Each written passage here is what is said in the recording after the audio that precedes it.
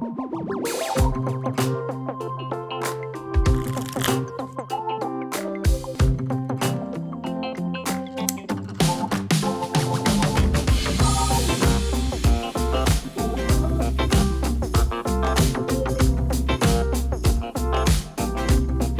everyone, to another episode of Recollection Step, a Grand Archive TCG podcast, part of the Maindeck podcast family.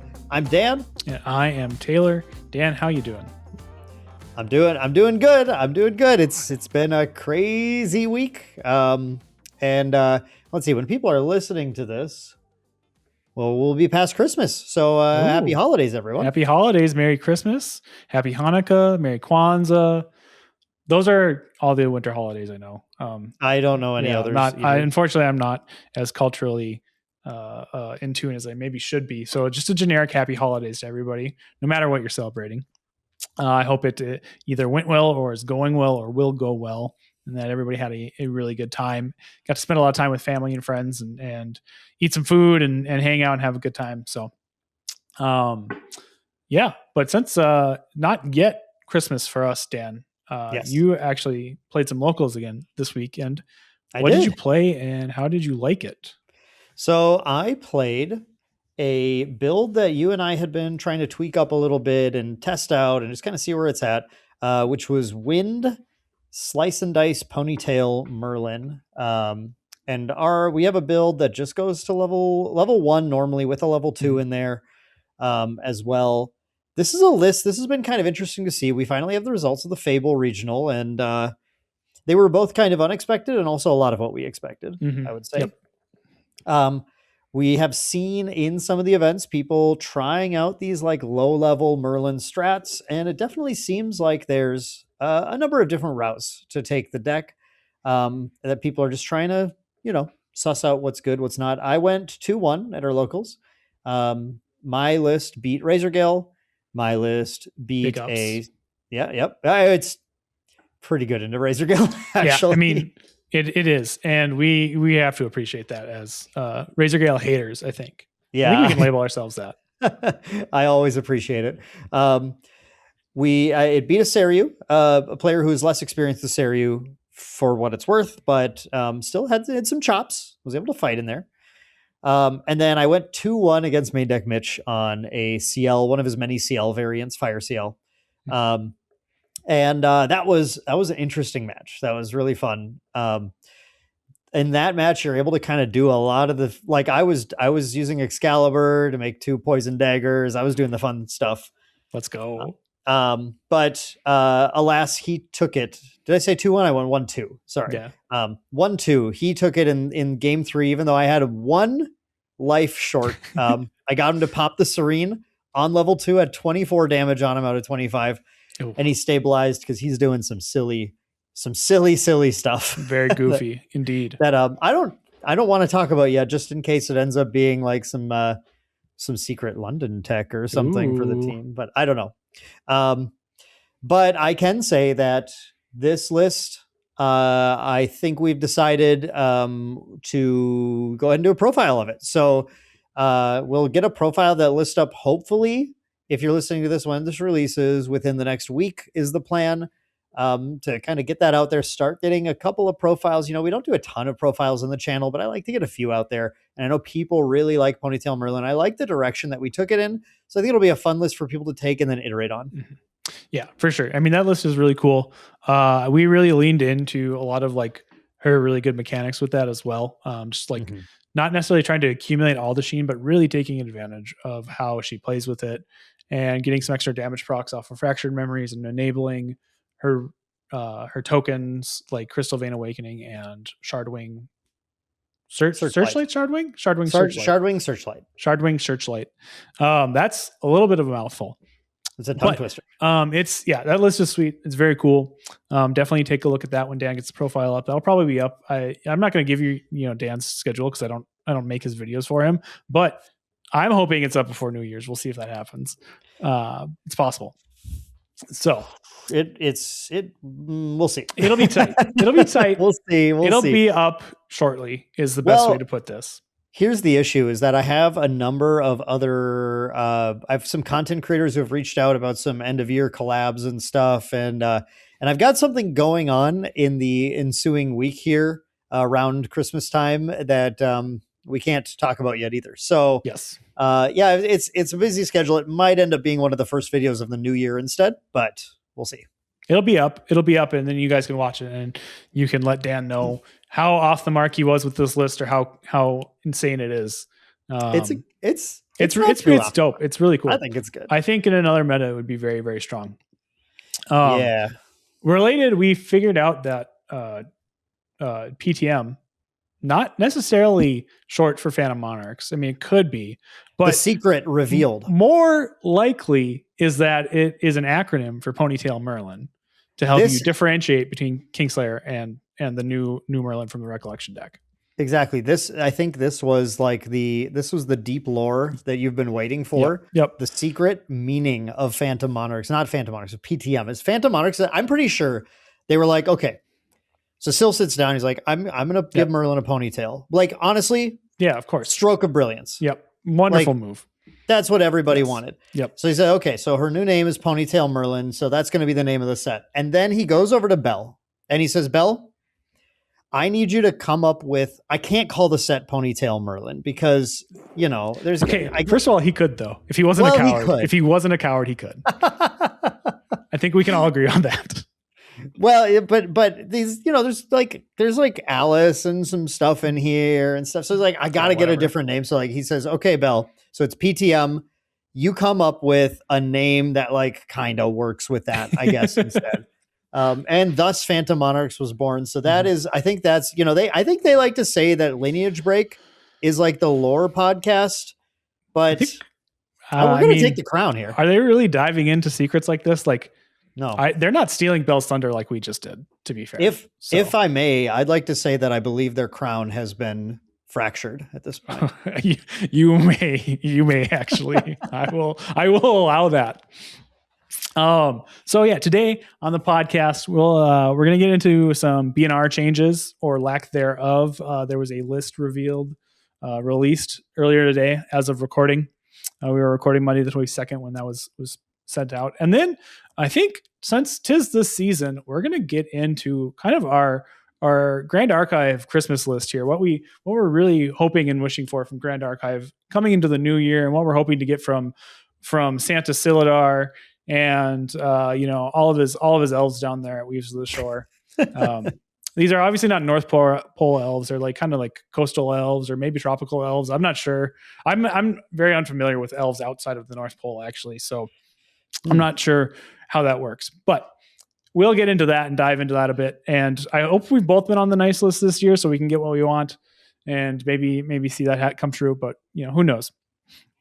We may just go to the next Ascent and be handed chunks of coal from Syl instead. Yep. Yeah, I mean I think you just like at that point you just drop and do side events right there. Like clearly this is not going to go well. Get your draft on or something. Yeah. But yeah, so to start with, B&R came out. We got a little bamboozled here. I'm a little peeved right now actually cuz Phantom Monarchs, Ponytail Merlin releases, right? There you go. And Mercenaries Blade moved up to category 2. And you're like, okay, Mercenaries Blade, not long for this world. They schedule a ban and restricted list update for December 22nd, today, before any like really large events can occur. The only one so far has been the Fayble Online Regional this Saturday. There was some results. It was a cool tournament. 81 players, lots of fun things happened. No Seiryu in the top 16, which was probably like really most surprising. Squeaked in 17-18, but they're not bringing home invites, unfortunately. Interesting.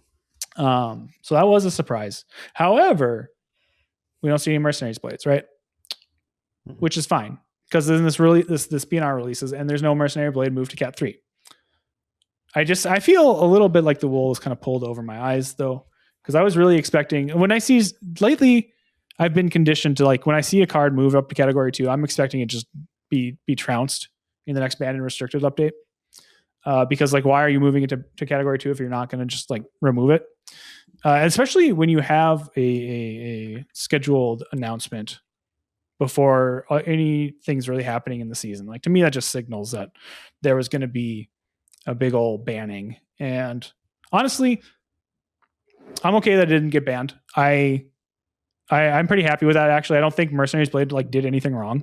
I don't think it's super egregious. And from what I can tell, it's been very difficult making Ponytail Merlin work with Ghost of Pendragon and Crux, and therefore really getting degenerate with Mercenaries Blade. So honestly, I think no changes was just fine. I'm very happy to see that.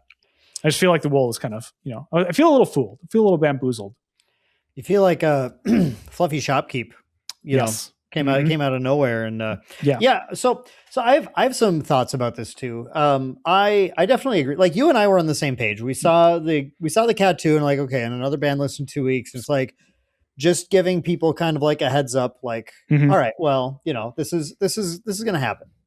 But it's, I don't know. I think it's kind of tough to feel super bamboozled, because the thing is, we always get ban list updates in the going into the last week in a month, more or less. They're scheduled sometime between I started looking back at the history just to make sure I knew 25th, 27th. This is maybe a slightly earlier one than some of the others, but also there's an Ascent on the 2nd or whatever. So you would need it to be a little earlier if you did have a change. Mm-hmm. So okay, I'm just trying to set the stage here, because it's this was, I think it's one thing if there's a Cat 2 of a card and then they add an extra ban restricted list 2 weeks later at a weird time. Yeah. And then they don't ban it. And it's well, what? Why did you do that? Exactly. This was a regularly scheduled ban list update though, right? So kinda. I mean, it's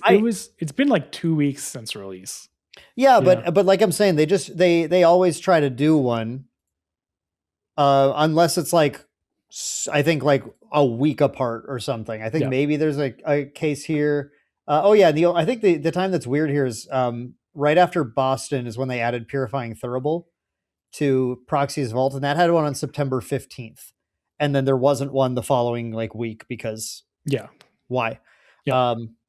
So I think this is a weird case where they could have not done one, but it was several weeks since the release, and they always do one with the release of sets too. Yes. So I will say I more communication like this is better than less. I'm very happy to see them put out these ban lists very regularly, and let us know when the next one's coming. Give us all that kind of good heads up, forewarning. Let us know what's going on, and continue to just keep communicating with competitive players when we can expect changes to potentially occur. So on that front, everything's fantastic. And honestly, again, I didn't think anything needed to be banned, so I'm kind of fine with this outcome as well. I just needed to, I needed to complain about something. We can't be all positive all the time here. Otherwise, we're the shills. Exactly. We're the White Knights. True Champion Gaming gets all the credit for being critical. And then that's so funny too, because they're sponsored, their podcast is sponsored to not be on Patreon. Yep. Because it's really because it's a good podcast. If you don't listen to this podcast, definitely go check it out. It's my as soon as I see it go up, I'm okay, when if I'm editing, I can't do anything, but when do I get to listen to this? Because it's I gotta pop on there. I gotta listen to the boys. Yep. But so yeah, I mean I love that. But it's so funny that they're sponsored. They'll be this is sponsored by Weaves of the Shore, and then they'll go off on very critical rants. And then when people go off on their crash outs on Reddit or whatever, then they're even True Champion said this is a bad thing. And then I feel we're just because we enjoy a lot of stuff, we're the shills. I mean, okay. So really, I have a really hard time, really finding things that are actually wrong with Grand Archive and Weaves of the Shore. Yeah. And a lot of games I really enjoy. If I really enjoy something, it is very difficult for me to be too critical of it because I enjoy it, right? It's hard to really be well, it's if I didn't like it that much, or if there was something I found really obnoxious about it, I would be doing something else with my time. It's not, I don't know. I want to no. I want to take that and like just because this is just like last episode. This is kind of a fun episode. End of the year. We're like kind of doing some lighter stuff, but like I'm going to take a moment because of that just to talk about a soapbox a little bit, I guess, about this idea that so everybody who engages in a hobby of any kind, they have a headspace that they're comfortable getting in with that hobby. And people have they're different headspaces for different people. I don't understand sometimes talking to people. I don't know, you talk to like a Magic player these days or like they're not even just like GA Reddit, but literally any Reddit for any sort of hobby at all is just filled with people who like hate that hobby. And it's what are you doing? I have the perfect example. You have Star Wars fans. Okay. Yes. Okay. That's like, I think everyone already knows, but I'll just explain. Yep. No one hates Star Wars more than Star Wars fans, right? Yes. And it's like, I'm different, like as you guys would expect, I'm different in that I just go, oh, cool, Star Wars. I like it. I'm happy. Dan's not like the other girls. Yes. I'm not like the other girls. But everybody, like, I don't get those people sometimes. I don't get how you're like a fan of this and then everything you do is like negative, critical, whatever. Yep. Because you and I, in this case, just not you and me, Taylor, but you and I, this Star Wars fan and me, we have different ways that our brain engages with the hobby. And one thing that like, I think that type of person who is usually a very passionate person who just wants to say why they think this could be better because they like it and they want it to be better. It's like, I'm never like, it's not like, I don't get their perspective, like as far as like applying it to my brain, but like, I get why they're passionate about it. Yep. But like, in my headspace, different than theirs, they kind of want to just be critical. They want to be like, oh, I'm going to point out the flaws because that's how I show my love. You know, that's how I'm passionate. And I tend to be more like, okay, there's something happening. I maybe like wouldn't have done it that way, but I kind of see where I see where either it's like, I see where they're coming from or yeah, but it doesn't really bother me enough to like, I don't want to engage necessarily always with the negative side of things when I'm just enjoying, I'm vibing. I'm just out here like having a good time. So it's like, it's also not that I just don't think it's negative all the time, but like, it's like, yeah, but you know, what am I going to do? I'm just trying to like get through my life, have fun, enjoy my hobby. Like I'm just chilling, you know? Yeah. So I think people just have different ways of thinking about it. Oh, absolutely. Yeah. And yeah, we're not trying to sit here and say anybody's wrong or, you know, coming at anything the wrong way or anything like that, you know, just, yeah, again, everybody's different and, they're going to be engaging with everything differently and have different reactions to different things. So now just gotta keep that in mind. There is like a weird thing where when we're content creators out here, people have expectations of how we're going to engage with things. And I try to stay very earnest all the time about my thoughts on things. And I know there are people out there. I think the big thing is like when people have vastly different ways of approaching something that requires criticism of some kind. Often the people who are very critical are thus appropriately for their personality, very critical of how other people are engaging with that thing. Right. So I think it's more common to see criticism of people who are engaging more like we do, because the people who agree with us are usually like, cool. Excellent. Me too. Yeah. Where everyone else is like, well, I can't believe that they're saying this isn't a problem. It's obviously like the worst thing in the world or whatever. And like, okay, but like, that's just, yeah, it's like you get a biased viewpoint because a lot of the criticism is just people talking because they are critical people. And so we have different opinions. Yes. Yeah, absolutely. Do you feel clean after that? After stepping off your soapbox, onto your soapbox? I think that's fine. Yeah. I feel like that's all I wanted to say. And again, it's like, yeah, it's not like, it's not like anyone is wrong for thinking anything. And we're going to talk about some of our things in our little wish list here where you're probably going to agree with me, even if you're more critical than me. Even if maybe you would be firmer about it. Right. But like, yeah, at the end of the day, just remember everyone's a person who's got their own brain, and we don't know how brains work. We don't. we don't know how brains work, dude. That's the craziest thing about brains. Nobody knows. We don't get it. Yeah. And everyone out here is just like blasting their opinions at each other. Like, yeah, no, obviously it should be like this. And you're an idiot if you don't think like, and we're all just these dumb little electrical meat bags, like who have no idea how we even operate, let alone how other people operate. So I don't know. Just have your opinions, shoot it out there if you want to, drop it in the comments, engage with us because that's good for me. That's good for us. Oh, we love it when you drop a comment and hit like and subscribe and leave us a nice review. Give us a 5-star review on all the other podcast platforms where you might listen to us off of YouTube.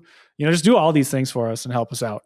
Appreciate that. Use your electrical meat bag to do that, but just respect that everyone else's electrical meat bag operates in their own way and you don't get to control how it does. Yep. Yeah. Be critical, but be respectful. Yes, absolutely. All right.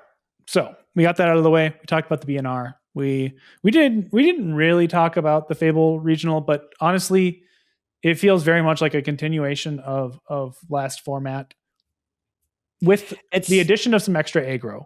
It's the start of a new format. Yes. It's like when we said like it's unexpected in that Taylor and I and some of the Maindeck members expected some different placements. Taylor already mentioned like Saryu was a little low. We were kind of surprised, but it was expected in the fact that the top 16 decks were like almost entirely aggro variants because as we say on this podcast, and we're going to keep saying it for years, start of a new format, bring out the aggro decks. They just shoot numbers. They're the problem. They just like it. Here you go. Deal with me. And then everyone else is playing unoptimized stuff and then they lose. Yes. So we see that. And then we see we see like Crux decks of Fire. There's a Fire Luxem that snuck in, probably just taking advantage of the fact that these aggro decks just lose if you pop Serene and go to 3 and Luxem.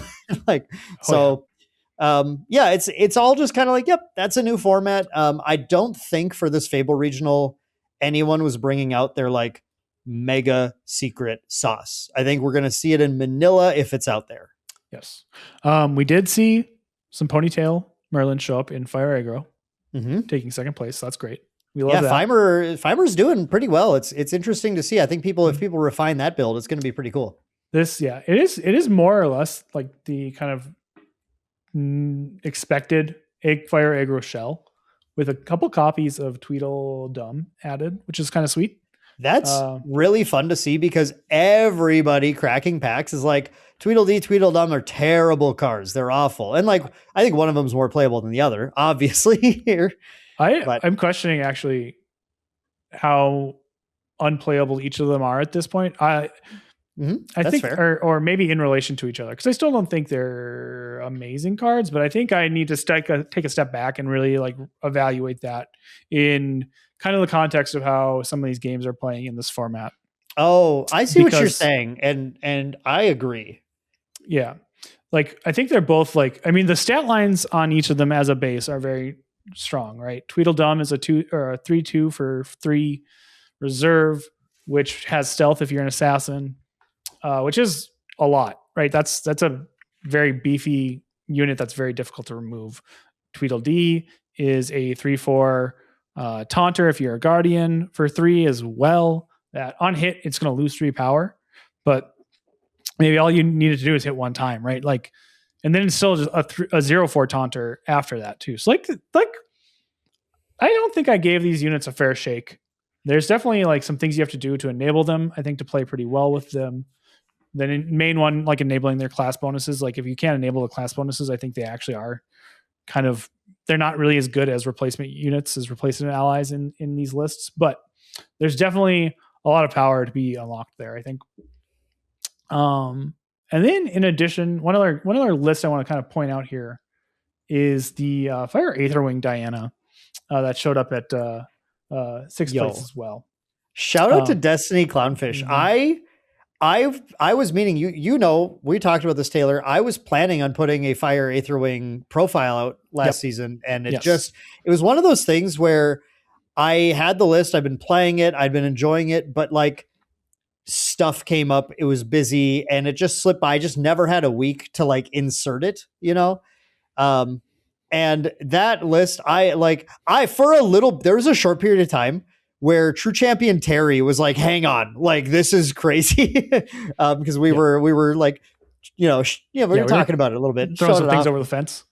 Yeah, and it was a really surprisingly good deck, and it got insane buffs. In some of the new cards are crazy in this thing. So yeah, a Destiny Clownfish I think is one of the person who was popularizing Water Wraith Throwing Diana last season.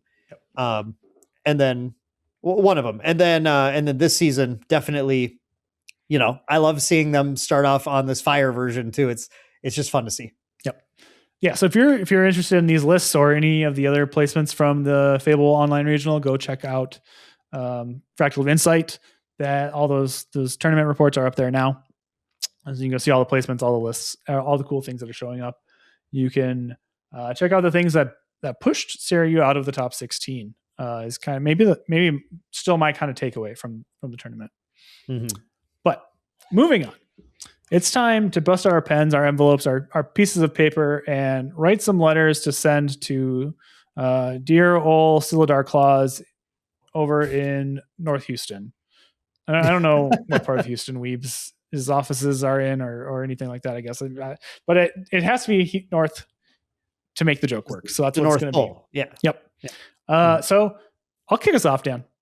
Yeah. And I'm going to be a little selfish with what I want here. But I get to do that. It's my Christmas list. So what I really want from Mr. Sylidar Claus is Mr. Santa Sylidar is Ascent Fargo. I think it is time to bring an Ascent to the Midwest. We had Ascent Chicago, and it was nice. It was good. It was a great Ascent, actually. Maindeck Mitch took third. Fantastic. We love seeing that. But Chicago was like not really the Midwest. It kind of is, but it's just not. It's too big, Wasn't he fifth? I don't think he got a trophy. I think he was fifth. No, they only did one trophy. Like they only did trophies for first place at that point. Oh, yeah. But I'm pretty sure it was Mitch and Noel playing for third and fourth place. Okay. It's lost to time at this point. Yeah. Yep. There's no way to fact check this. Mitch was third. That's just how we're going to go with it. Anyway, that's so far beyond. No, we aren't talking about Mitch and what Mitch wants right now, Dan. Oh, my bad. Sorry. This is my Christmas list. I'll shut up. What I want is Ascent Fargo. I want an Ascent Midwest. And what better location than Fargo, North Dakota, the Midwest of the Midwest, right? It's the greatest location you could possibly put an Ascent in. Okay, so first of all, we have so many great places in town for the Ascent to take place. First of all, the Fargo Dome. Why not? Probably we could totally find a free weekend for that. And then that would be fantastic. But I mean, other than that, there's plenty of convention centers in town for you to go pick up. The Civic Center, I think, is still fine for this kind of thing. And that would be a lot of fun. You'd be in the heart of downtown Fargo at that point, close to a bunch of awesome places to eat. It's very, very easy to get to Fargo. It's got both I-29, I-94 running through it. So if you're driving in, very easy to get to. Flying in, Hector International Airport, great airport. It's so international. It's the most international airport you could pretty imagine. International. It's so international. You fly in. It's easy to get around. It's very flat. You don't have to navigate any hills or anything like that. And we have the best burger in the world in JL Beers. So if you're looking for a good place to eat, we've got that too. So it's good. I don't know. Listen. Dan, okay, first of all, wow. It's your Christmas list. I can't believe you're going to undermine my Christmas list this. This is not the season to be the Grinch, sir. And where else are we going to have an Ascent in the Midwest? Well, we had Nats in St. Louis. Minneapolis? Very Midwest. Excellent. But Ascent Omaha? No. Get out of here. What about Ascent Kansas City? Absolutely not. Maybe Minneapolis. But if you're going to do it in Minneapolis, just move it 3.5 hours northwest of Fargo, where the heart and soul of Midwest Grand Archive lives. I think we can agree that's the case. To your credit, Minneapolis can't get a damn regional, but we've got them every set. Exactly. So. Yes. And our next one might cap. We're getting close to capping our regional. We're getting really close in the last one. Absolutely. So that and we cap for us would be getting to 64, but we're just about there. We're just about there. And the next one has it's a really fun surprise coming. Taylor knows. We talked about it, started teasing it a little bit, but you guys are going to really like it. I am waiting for some final assets, and then I'm gonna start throwing it out, because like the event is actually in just over a month, so I really need to start advertising this.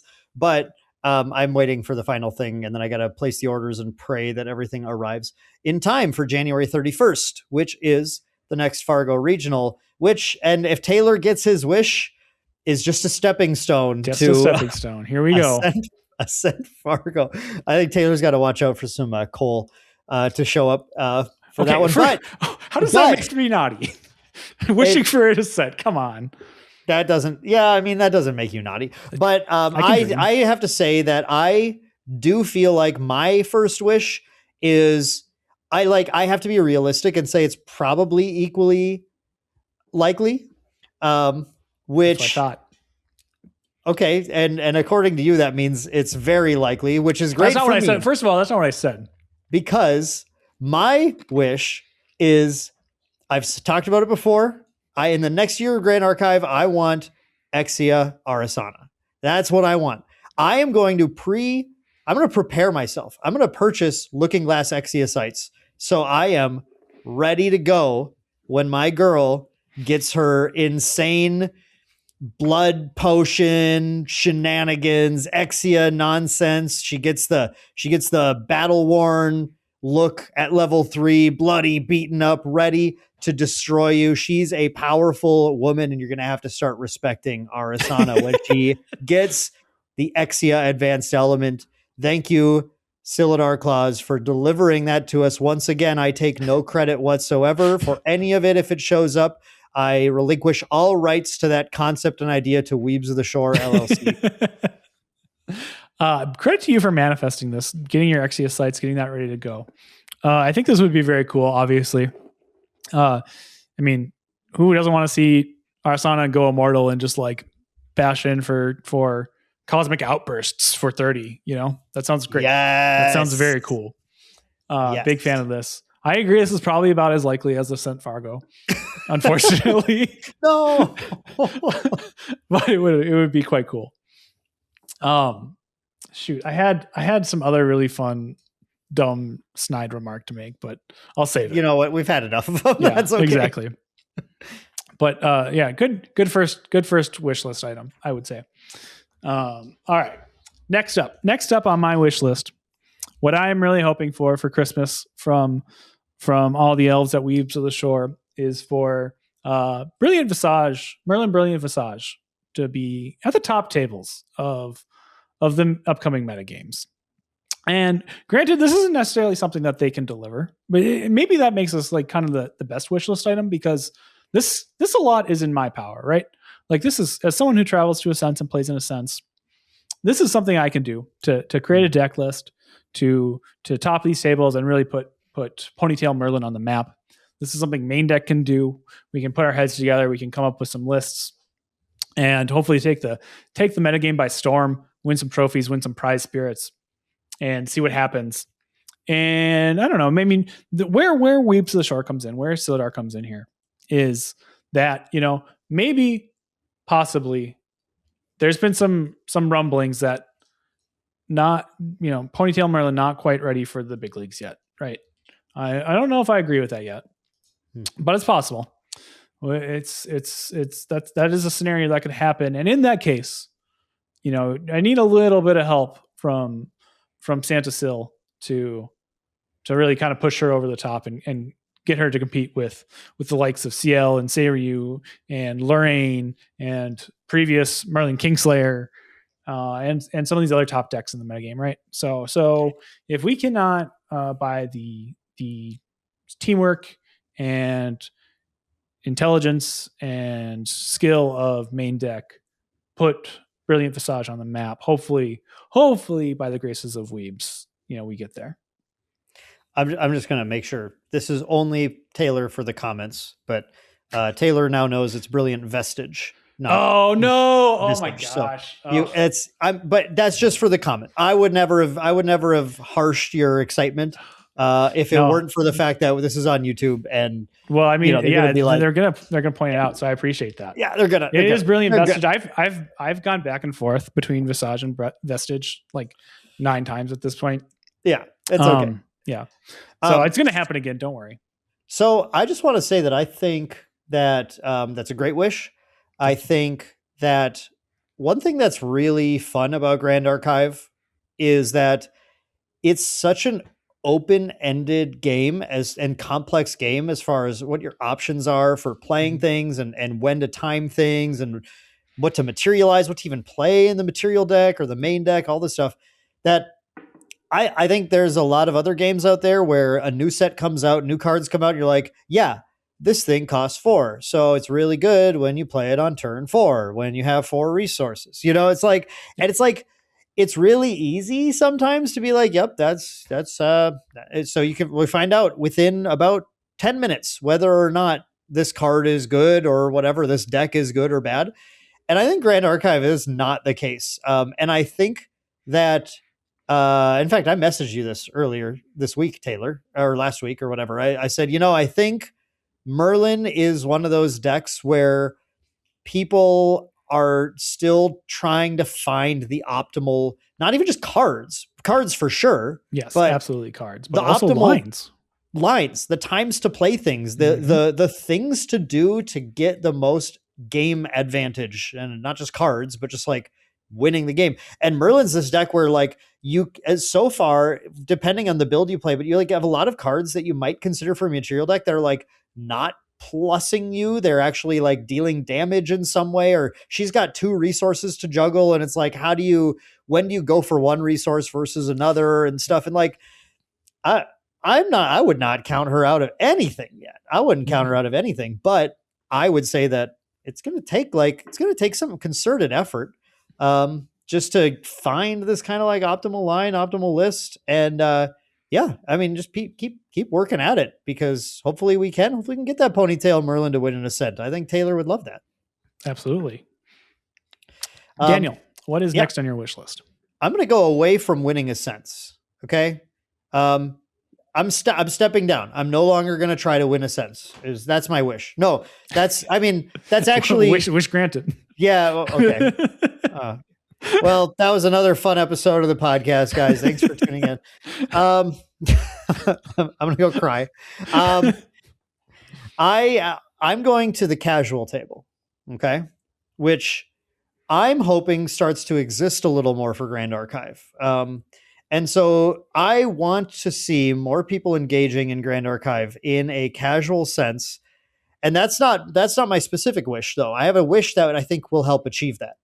And that is, in the next year, I'm hoping that one of the things that Weebs the Shore is planning to release, even though we don't know the rules yet, although on release of this, we'll be very close to knowing the rules, I'm hoping that we have pre-constructed decks for the Pantheon format, at least, maybe not released this year, that'd be cool, but at least announced this year, to help people be able to jump into Grand Archive and play this, what I assume is going to be a really sick casual format, and engage with the game and engage with the marketplace and engage with the gorgeous cards and the lore and all of that stuff.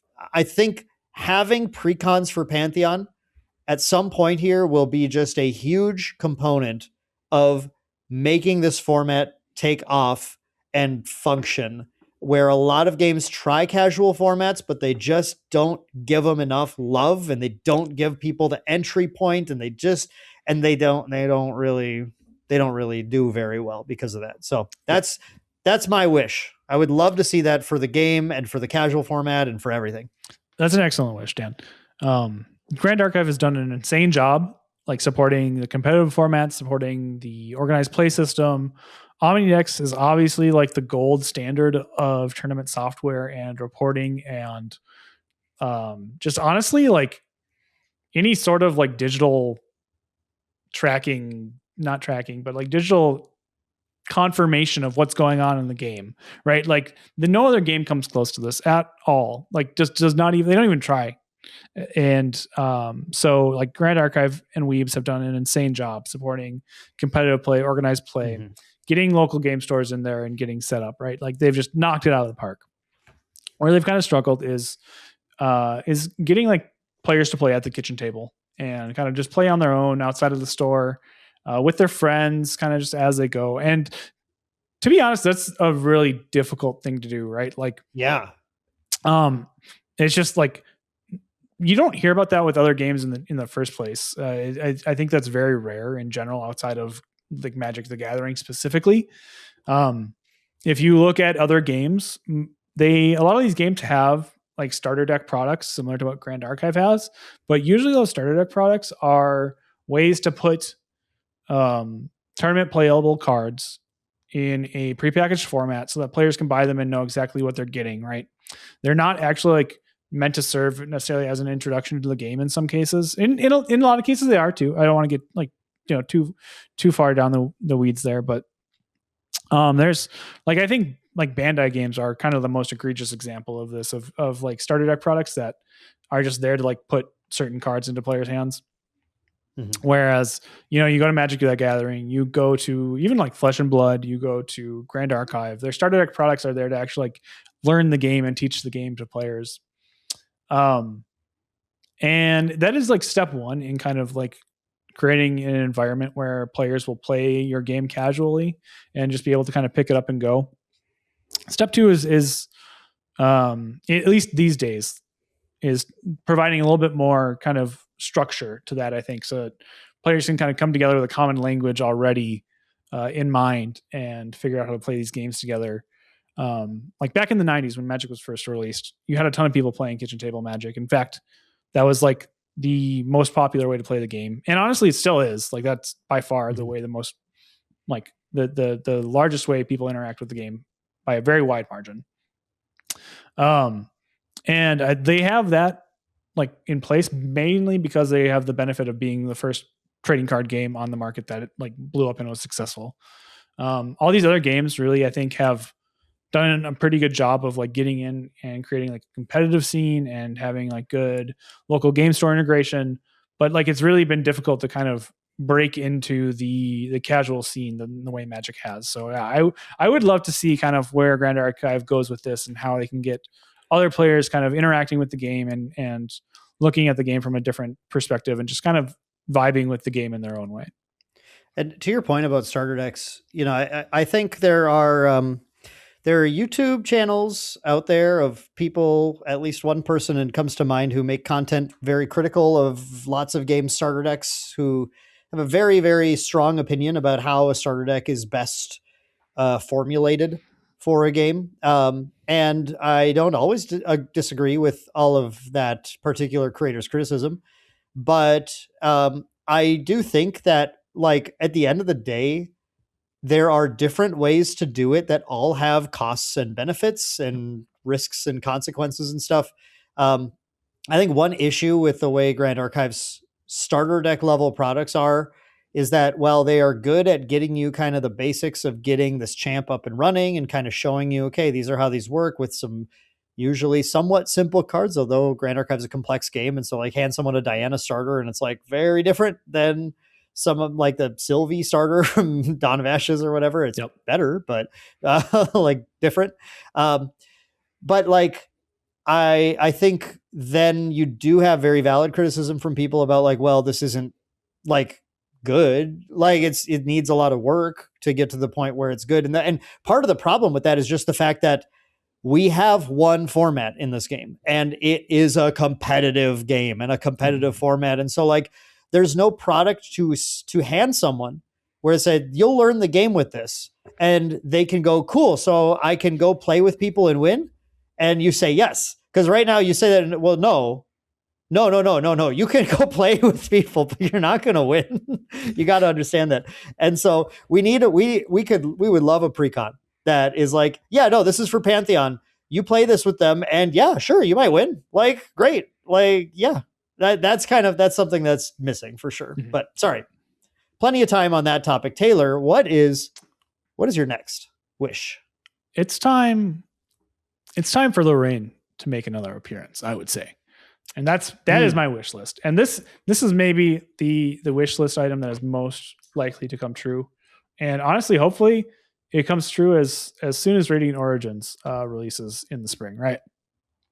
That is prime time for Lorraine to make a comeback, for her to really grace us with her presence again in this set that is supposed to include, support for a bunch of different champions, a bunch of different elements, kind of be like a capstone, a little capstone set, a something that helps like recap kind of what we've seen over the past, 3 years and 8 sets, and really just drive home a lot of the themes and play patterns and elements that we've seen out of Grand Archive up till now. So as everybody's, as the podcasting, GA podcasting world's most known Lorraine fan, biggest Lorraine fan, that is really what I would like to see this year from Grand Archive.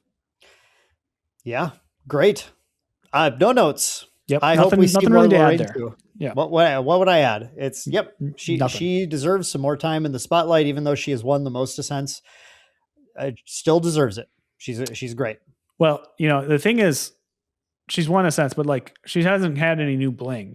Like like you need more things to spend your money on. Exactly. Yes. Oh, that world's championship money is burning a hole in your pocket. My Lorraine CURs need some friends. Is what I'm saying. Yeah. Fair. All right. I'll move on to my next one here.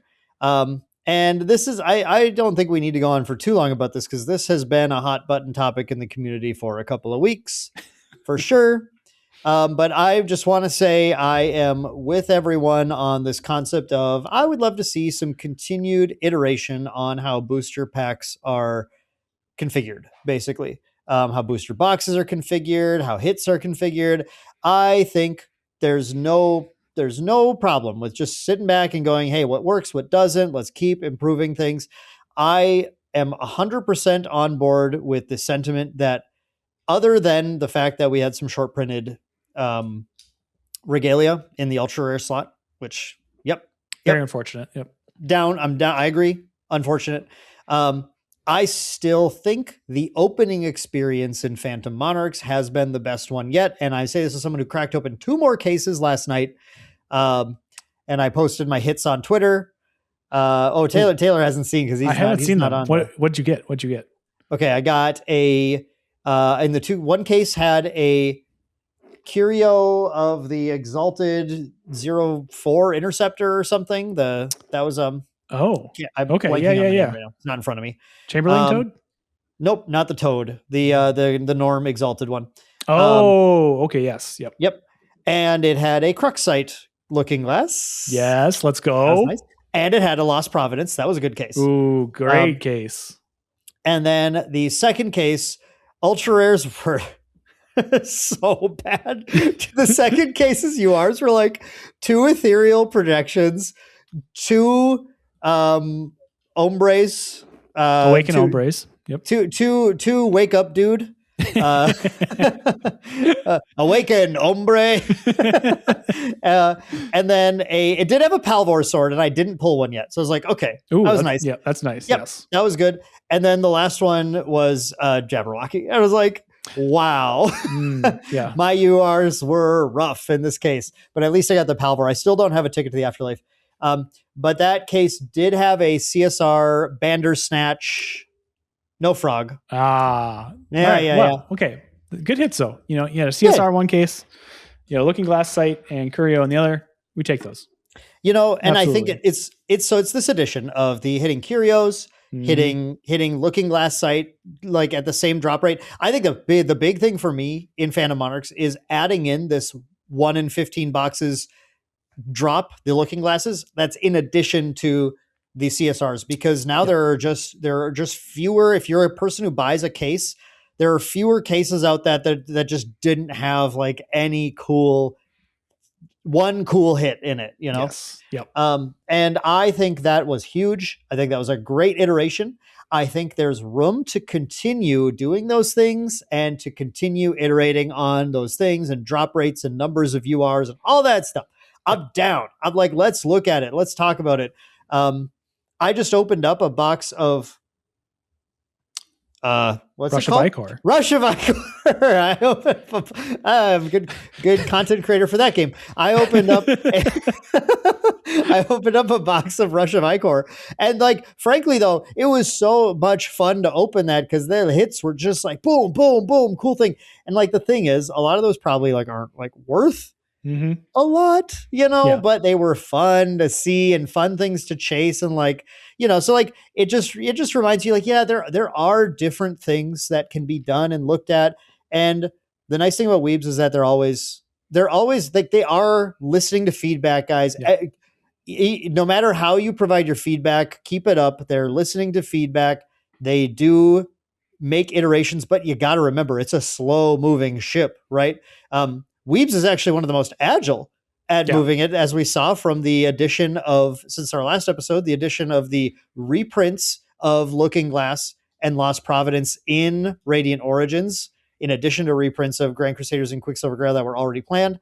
That's so cool. That's great. And they announced that 1 week after the release of PTM. Crazy. We are less than like 4 months from the release of RDO, and they can make those kinds of changes still, which is kind of unheard of in the industry, actually. Like, Magic famously locks their set in like a year in advance. And like that's Spider-Man, dude. Yeah. That set was so bad. That's when those things get printed, right? Like, like start getting printed is like a year in advance. Other games are, I don't think they're as far out, but it is a similar timeline where like things get locked in months and months in advance. So like having Weebs able to kind of spin on a dime and make this change and include extra URs, like really coming down to the wire actually, as they are looking at getting, from what I've heard, started to printed, like it was down to the wire. It was very, very like barely snuck in there, but like obviously Magic is way bigger, and in the amount of logistics that go into producing the game are ridiculous. So like the fact that, for example, Spider-Man came out as rough as that set came out is like, at some point they did what they could. I don't want to be the defender of Wizards of the Coast right now, but like it's true that it's just like there's a lot more that goes into that. So Weebs is a small company that has a small game in comparison, and you're just able to be more agile when you do that. But also they built up a really good relationship with their printer that they built up specifically for Grand Archive. So I'm sure that helps too. They're able to just kind of, they have a lot more control over their printing process than also every other TCG. It's kind of wild. Yep. Totally. Yes. They always do a really good job of iterating and listening to feedback, like you said. So I'm pretty optimistic about seeing some of the changes that they make in the future and kind of what they come up with, what ideas they have. In the same vein, what I would like to see from Grand Archive this year, number whatever on my list. I've got a long list. I'm kind of greedy. Is I want to see another pack update as well. So this is similar to your wish list here. I want to see draft happen in Grand Archive without extra packs. I want them to update the boosters such that I can draft a set, have a normal kind of game deck constructed from these packs, and not have to worry too much about like how I'm getting my champion from level spirit to level 1 or 2 or 3 or however, whatever that is, right? Whatever this format looks like. Mortal Ambition draft is awesome. It's a ton of fun. It's great. The main downside is you just need an extra set of packs with completely different cards in order to enable it, right? Which really puts a hamper on actually like firing drafts in general and in random LGSs. Really the only place you can have them is at Ascent or at big Weeb sponsored events. They did send out draft packs to a bunch of stores, and I think those were sent out pretty successfully. Stores have been able to run drafts. It's like having that extra like logistical step really just like hinders the process completely. And draft is kind of like one of the great ways to bridge competitive and casual players and like get this game into the, on the kitchen table more and get people playing more casually, because like draft is a format where everybody starts on the same footing, right? It doesn't matter how much the secondary market values these cards at. It doesn't matter how expensive it is to like put together a constructed deck. When you get a box of Grand Archive or any other like trading card game, and you have everybody sit down to open up packs and build decks from those packs, everybody's on the same foot. Like they're starting at the same ground level. Yeah. And draft is just like so much fun, right? Like draft is an incredibly fun format. Ton of fun to sit there and create a new deck every single time you go to crack a box with friends. So yeah, I want to see how they can figure this out. I'm not exactly sure the best way to do this, right? Like you've got to have a decent mix of like regalia. That's one of the reasons why like regalia were so prevalent in Dawn of Ashes and Alchemical Revolution, is because like you had to have a bunch of them in order to fill out a material deck as you're drafting. So you just end up with a bunch of extra draft chaff, essentially. Well, we had sealed format, the sealed packages. Yes. It wasn't really medi. It wasn't ready for draft. But I mean, like it's a similar problem, right? Yeah. I don't know how they would do that. I don't. But thankfully, Taylor, that's not the problem for the little boys and girls who are just sending out their wishes. That's a problem for Santa and the elves to figure out. Exactly. Yep. So that's Sylidar Claus. That's my wish. There you go. I have to say that I think that's a really great wish, because at any point where the game needed its sets to be draftable, that would also mean there would need to be enough supply of that set out there and enough interest in drafting out there for LGSs to need to put drafts on the schedule so they can run through the stock that they buy. Exactly. And when that happens, that means we're printing like 3 times the number of product. We've got like 3 times the number of players in Omnidex or something. And we're all living the good life with GA. It's been growing. It's doing great. And then they add this in. I would be impressed to see it happen next year, but I would be ecstatic to see it happen because, I mean, that would totally mean that we could go ahead and throw a draft night on the schedule, and we would have a lot of fun doing that. And I mean, we would order even more cases than we currently do. We order a lot of cases of Grand Archive already. Exactly. So that would be fun. Yeah, let's get some draft going. My next wish is a very easy one. We love that. I really hope in the next supporter pack we have a new set of blank card box toppers in the supporter packs. I think we have new tokens to look at. I think they could do blank masteries. Okay. Ooh, I think that would be cool. Yep. I even think that I think you could look at doing blank versions of the non-basic spirits. You could start thinking about that. Ooh. At a rare drop rate, because the main issue is just like, you don't want to invalidate the fragmented spirits or the serene spirits that you pulled. But at the same time, as people have talked about, these spirits should not be that expensive when they're just kind of like a core part of how you're building, how you're starting the game. I think it makes sense to have them more accessible. So I think you would put out the supporter packs, you put a decent, just the right rarity drop rate on blank serene spirits or something to start. Get them in the marketplace and start getting these incredible artists to continue to create really, really cool spirits for you that you get to use. I think that would be a lot of fun. Plus the masteries and tokens and everything. I just love the blank cards and I love the artists in this game. I love getting to them to do more original work and everything and getting them to get supported more. I love that. Yeah. Honestly, like this is not unreasonable at all. This might actually already be planned. So that would be fantastic. This might be the most likely thing on the list. Yeah. Actually. Like we saw a ton of blank things in SP2. If so, 3 instances is probably not enough to make a pattern to really say this is what's happening. But we did do cool, fun doodle art SP1.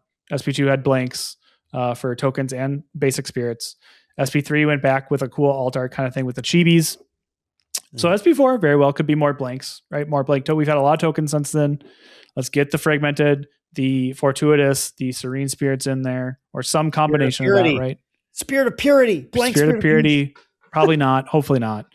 We don't need to encourage that. So Rye took 24th. Spirit of purity. Rye took 24th. It was so sick. Yeah. We'll cope more. But no, like this could absolutely happen. We've already seen them. Like I think the spirits in SP2 and also the foil chibis in SP3 were like, short printed or a higher rarity than the other ones, right? Foil blank spirits. Foil blank spirits. I said it. Is that? I wonder if that's like does that mess with like how easy it is to draw on them? I assume not that much, but it would change probably the medium that you would want to have used on it a little bit. Yep. I think like pencil methods are not going to work very well. I'm not like an expert at this, but I think that's the case. But like painting and probably some markers and stuff like Sharpie style stuff, which should still work fine. So I think it just depends on what the artist is using. But I throw them in there. Why not? Why not? Yeah. I mean, listen, it's your wish list, right? You get to do what you want. You wish for what you want here. But it's not out of the realm of possibilities. Is what I'm trying to say. Like we could see this happen. And I think that would be fantastic. It would be a really cool way to put some of those spirits into the market, like you said as well. So I would love to see this. My next one, what I really would like to see. This is maybe my most wanted one on my wish list. Is I'd like to win another world championship. This was a little selfish. I know. Like I wanted to. I want that too. I won one already. Like, what can I? Can I really ask for another one like that? Yes. We'll wait and see. We'll see what happens. You can ask for it. I'm going to ask for it. I did ask for it. Yeah. Yeah. Yeah. And hell yeah. I hope I've been good enough this year. You guys have to pry the world championship title out of Taylor's cold, dead hands. You really do. I'm not going to give it up without a fight. It is my favorite achievement in almost every aspect of my life. It's just so cool. It's so much fun. So are we planning a trip to Prague together then, buddy? Or like what you might. We'll see. Well, we'll see how Vegas goes first, Hell yeah. Yeah. I mean, I have my gauntlet spot locked up. All right. So true. At worst case scenario, I'm fighting through like Corbin did. Slide in. Yes. Just slide fight through like Corbin did, take first place in the gauntlet, but I'm not going to take last in worlds. So what happens to your I mean, I guess your gauntlet spot just doesn't get used once you win London, right? Then it just the London one goes away, I think. Oh, that's gauntlet too. That's gauntlet. Yeah. So anyway, that's my wish. It's not a big wish, not a big wish at all. I don't think. Small. No, that's it's reasonable. Light work, I would say. Yeah. Yeah. This is my final thing on my wish list, and my final wish for the next year, and this is one that I think hopefully some of you listening out there, this is in some ways something that we can work together on. I think this is something like we can all work together to achieve this. I want to see more Creators Guild members. It is something that I think Weebs has gotten some really good feedback on in this season, especially about how to help enable people a little more. Because the thing is, there haven't been new members in the Creators Guild since it launched last set. So we have 2 seasons now of no new members being added past the initial batch. I think Inari is the last one who got in. And that is, I think there have been it has really invigorated some content creators out there to try and meet these requirements, try and make it in. But that has been tricky where people have not, we've seen the reports. I'm not going to be throwing out anything that's new information. There have been a few content creators who have been outspoken about it, which again is great. Provide that feedback about how they weren't getting necessarily the feedback that they were looking for. And just like direction, wasn't quite clear enough about like, what do I do right now with what I'm making to be able to make it in to the Creators Guild? I am confident that from what I've heard, that all that feedback has been heard, and that the next round of submissions will start to become even more like, more helpful, more pointed, more better at getting people in. But I want to help content creators with what they need to make it in as well. So actually I'm just going to put out another little teaser for something in the works here, but I am planning probably in around February, just based on what my schedule is like. So it's a little bit farther out, but I'm planning to open up some time in my schedule and just create a little, like totally free, by the way, I'm not charging a single thing for this, like a content creator coaching hour with me. Ooh. Just to, it feels weird to do. It's one of those things where like I debated this. I'm like, does this feel arrogant or pompous or something? But like, I really think that from people I've talked to, if you give me an hour and your open mind and just ask for my help, I can point you in the right track to get into the Creators Guild. I mean, how different is that really than, someone like True Champion Gaming or like Maindeck Mitch or somebody, offering some like coaching in Grand Archive, right? It's very similar. Right. I think it is. That's the way I'm trying to think about it in my head. It's just that it's that old imposter syndrome rearing its ugly head as it always does. But I'm going to open up some time slots and just any creators who want to, because I think right now it's just creators haven't been, they've got everyone's got their own lives and there's stuff they're trying to figure out, and they don't want to bother me and they don't want me to have to give up my time. So I'll just put some time slots out there, and if you don't fill them, I'll find something to do. But it's going to be right there. We will put him to work at Maindeck. Do not worry about that. Yeah, absolutely. But I want to try and help people because I do watch a lot of creators out there. I watch your content. I see what you're putting out there. But I don't ever interject myself unless I'm asked. And so I'm going to give you an opportunity to ask, say, hey, what do you think I can do? And do I have all the perfect answers? No, but maybe my advice will help get you on to something you weren't thinking about. And maybe that was what you needed to get into the Creators Guild. Because I think I understand pretty well now what the Creators Guild is about and what your content's supposed to be like and approaching, and the way you approach the game. And I think I can help. So I am hoping that through our work together and through Weeb's continued iteration on the program, next year we start to see more Creators Guild members entering. Dan, that is an excellent final wish from you. That was very selfless wish for the community. We love to see it. That's an excellent argument to put you on the nice list. Actually, make sure you don't get that lump of coal this year. Yes, I was just doing it for the karma. Let's go. Love to see it. My final wish as well is a bit more community focused. Not dealing with the Creators Guild though, not dealing with kind of secondary market. What I would really love to see is for Omnidex to hit number 100,000 in IDs. And just really, let's get this community going here. Because I love this game. You love this game. We absolutely adore Grand Archive. It is like by far, we're not shy about saying it's our favorite trading card game. It just has so many great things going for it. The artwork is amazing. The mechanics are amazing. The gameplay is amazing. Everybody we've met through Grand Archive has been just top tier people. Like these are people I would never begin to regret meeting and like continuing to hold conversations and relationships and friendships with. Like these are all just fantastic people. And I would love to kind of see that continue to balloon. And I would love to share that with more people and help them find kind of the same passion that I have for the game.